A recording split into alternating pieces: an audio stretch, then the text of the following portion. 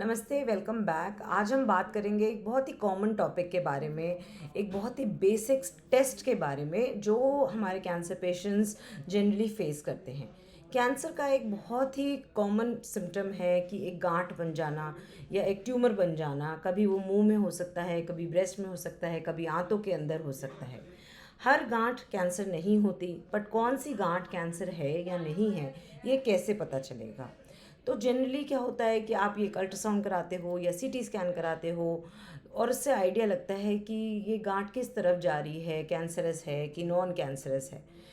आप डॉक्टर के क्लिनिक पहुंचते हो और सबसे पहले डिस्कशन होता है कि हम इस गांठ में से एक छोटा सा पीस लेंगे या इसकी एक एफएनएसी करेंगे। ठीक। अब हम पहले जानते हैं कि ये कौन से टेस्ट हैं, इनके बारे में कुछ बेसिक इन्फॉर्मेशन गेन कर लेते हैं और फिर देखते हैं इनसे रिलेटेड हमारे दिमाग में क्या क्या मिसकंसेप्शंस हैं। एफएनएसी क्या होता है? एफएनएसी एक होता है कि ये गांठ है, इस गांठ में एक बिल्कुल पतली सी सुई डाल के इसमें से कुछ सेल्स निकाल लेना। ये सेल्स टेस्टिंग के लिए चली जाती हैं और इससे हमें आइडिया लगता है कि ये क्या बीमारी है। कॉन्सेप्ट सुनते ही समझ में आ रहा है कि अगर पतली सी सुई होगी तो दर्द कम होगा, पतली सी सुई होगी तो सेल्स भी कम आएंगी। इसमें डायग्नोसिस बन जाने का अच्छा चांस है, लेकिन कभी कभी डायग्नोसिस मिस भी हो सकती है। इस तरह की नीडल से जांच बेटर होती है कुछ डेलिकेट स्ट्रक्चर्स की, जैसे कि हमारे गले में है थायराइड ग्लैंड। सेकंड होती है बायोप्सी। बायोप्सी कई प्रकार से हो सकती है। फ़ोटो में दिखा रखी है हमने, बायोप्सी गन बोलते हैं इसको। या फिर कभी जैसे आंतों में गांठ है या पेट में गांठ है तो एंडोस्कोपी करके फिर उसमें से बायोप्सी ली जाती है। बायोप्सी क्या है?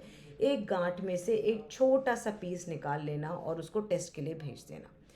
इसमें डायग्नोसिस बनने का बेटर चांस है कि ये जो गांठ है ये कैंसरस है कि नहीं है। और अगर ये कैंसरस है तो हमें उसमें जो एडवांस टेस्टिंग करनी होती है, उसको आईएचसी बोलते हैं, या कुछ मार्कर्स करने होते हैं, उसके लिए भी हमारे पास बेटर टिश्यू मिल जाता है।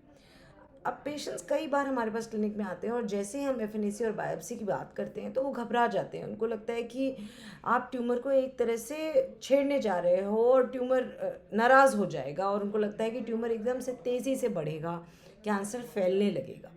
ये बहुत इंपॉर्टेंट डाउट्स हैं बायोप्सी या एफएनएसी रिलेटेड, जिनको आज मैं दूर करना चाहती हूँ।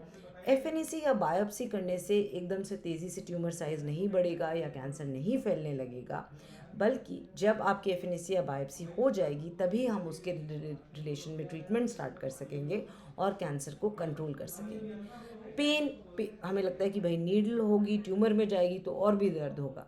पेन को मैनेज किया जा सकता है। लोकल एनेस्थीसिया होता है जिसमें स्किन को सुन्न कर देते हैं या नम कर देते हैं। बायोप्सी का एक प्रॉब्लम है कि बायोप्सी टेस्ट जाता है और रिपोर्ट आने में टाइम लगता है। इतने दिन तक हमें डर लगता रहता है, अप्रहेंशन होती रहती है कि इसमें क्या निकल के आएगा। लेकिन ये जो बायोप्सी के 3 से 5 दिन हैं ये बहुत ही क्रिटिकल हैं। हमें इसी से ही करेक्ट डायग्नोसिस मिलेगी, तो हमें इतना पेशेंस तो रखना ही पड़ेगा। बेनिफिट क्या है? इस करेक्ट डायग्नोसिस होगी तो ही करेक्ट ट्रीटमेंट होगा। कई बार आपको खुद भी सोचने में आता है कि डायग्नोसिस ही नहीं बनी। तो देखिए, बायोप्सी डायग्नोसिस के लिए बहुत बहुत ज़रूरी है। और अगर कोई बीमारी में एक्चुअली कैंसर है तो वो मिस होने का चांस बहुत कम हो जाता है। बायोप्सी से ना केवल ये पता चलता है कि ये कैंसर है, लेकिन कैंसर का क्या नेचर है, क्या स्वभाव है, ये भी पता चलता है। कई बार आपने सुना होगा कि किसी को कैंसर हुआ और उनको पहले ऑपरेशन हुआ और ऑपरेशन के बाद कीमोथेरेपी मिली, या कई बार पहले कीमोथेरेपी मिली और बाद में ऑपरेशन हुआ, या पहले रेडिएशन मिली और फिर ऑपरेशन हुआ। तो ये सारी चीज़ें कैसे डिसाइड होती हैं? ये सारी चीज़ें बायोप्सी में कैंसर का क्या नेचर आ रहा है इस हिसाब से डिसाइड होती है। कौन कौन सी ऑर्गन्स हैं जहाँ पे बायोप्सी करना बिल्कुल सेफ़ है? किसी के मुंह में कोई गांठ बनी, उसमें से हमने एक छोटा सा पीस ले लिया। छाती में, ब्रेस्ट में कोई गांठ बनी, हमने उसमें से एक बायोप्सी ले ली। पेट में गांठ बनी तो हमने एंडोस्कोपी और बायोप्सी ले ली। तो इन सब जगहों पे बायोप्सी करके ही ट्रीटमेंट स्टार्ट होता है। बॉडी में कुछ ऐसे ऑर्गन्स हैं जिनकी जहाँ पे अगर कैंसर सस्पेक्टेड हो वहाँ पे बायोप्सी नहीं करनी चाहिए। जैसे कि है पित्त की थैली या गॉल ब्लैडर। गॉल ब्लैडर में अगर कोई गांठ लग रही है तो उसकी बायोप्सी नहीं करनी चाहिए, क्योंकि ये एक हॉलो ऑर्गन है, खोखली ऑर्गन है, और इसके फटने का और कैंसर सेल्स स्प्रेड होने का डर रहता है।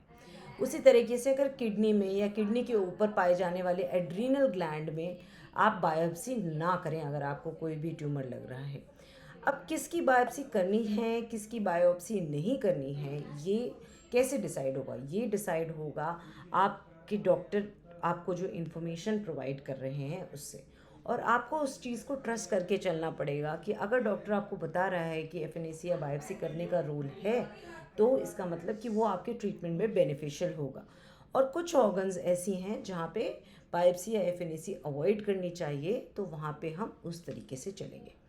तो ये जो आज टॉपिक है, ये एक बहुत ही बेसिक सा टॉपिक है। ये हमारे कैंसर क्लिनिक में हर आने वाला पेशेंट फेस करता है कि एफएनएसी होनी है, बायोप्सी होनी है, कि स्ट्रेट अवे सर्जरी होनी है।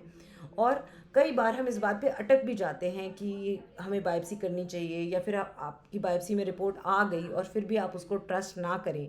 तो इस तरह के जो डिलेमास हैं उनको दूर करने के लिए ही मैंने आज का वीडियो बनाया है। आई होप कि ये बात आज आपको क्लियर हुई होगी। अगर आपको वीडियो पसंद आया हो तो प्लीज़ लाइक करिए, सब्सक्राइब करिए और शेयर करिए अपने फ्रेंड्स और फैमिली के साथ। Thank you.